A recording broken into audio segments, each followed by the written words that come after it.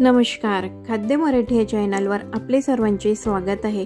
तर आज आपण बनविणार आहोत बासुंदी। याकरिता मी अर्धी वाटी साखर घेतलेली आहे, 15 ग्रामचं दूध पावडरचं पॅकेट घेतलेलं आहे, ड्राय फ्रूट्स घेतलेले आहे, यामध्ये पिस्त्याचे काप घेतलेले आहे, काजूचे काप घेतलेले आहे, बदामचे काप घेतलेले आहे आणि अर्धा चमचा चारोळ घेतलेली आहे। यानंतर विलायची पावडर घेतलेला आहे आणि केसर घेतलेला आहे। बासुंदी करिता मी गीर गाईचं 1 लिटर दूध घेतलेलं आहे। तुम्ही या ठिकाणी म्हशीचं फुल क्रीम दूध घेऊ शकता। यानंतर दूध थोडं गरम झालं की यामध्ये केसर टाकून घेते आहे।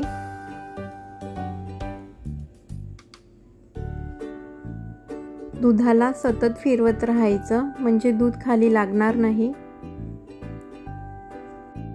दूध गरम करताना मोठं पातेलं घ्यायचं म्हणजे दूध लवकर आटतंय।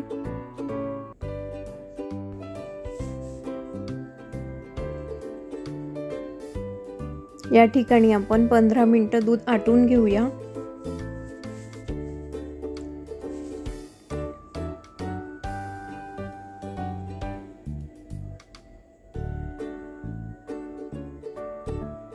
बाजूला लागलेली साय आपण काढून घेऊया।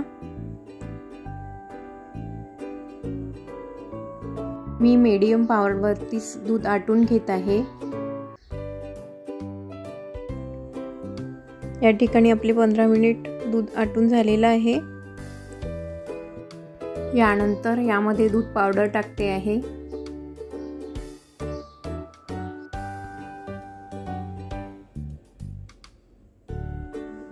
याला छान मिक्स करून घेते आहे। दूध पावडर ऐवजी तुम्ही खवा पण वापरू शकता।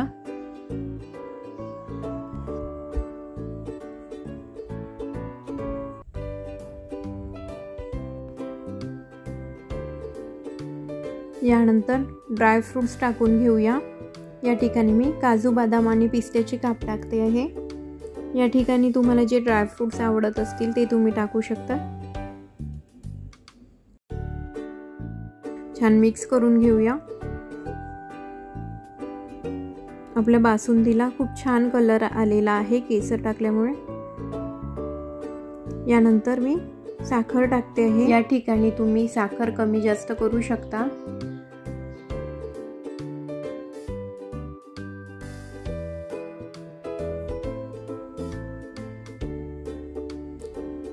या ठिकाणी मी 5 मिनिट अजून बासुंदी होऊ देते आहे।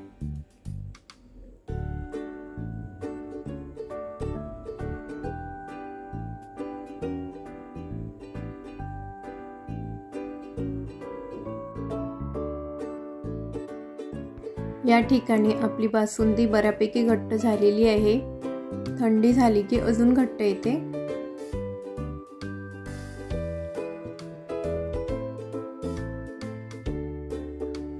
आता आपण वेलची पूड आणि चारोळी टाकून घेऊया। गॅस बंद करून मिक्स करून घेऊया।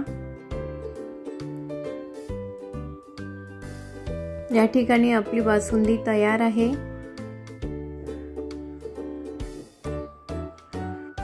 तुम्ही ही बासुंदी गरम गरम पण खाऊ शकता किंवा थंड झाल्यावर पण खूप छान वाटते ही बासुंदी। एवढी बासुंदी 2 ते 3 लोकांना आरामात पुरतील। व्हिडिओ आवडला असेल तर लाईक करा, चॅनलला नक्की सबस्क्राईब करा। धन्यवाद।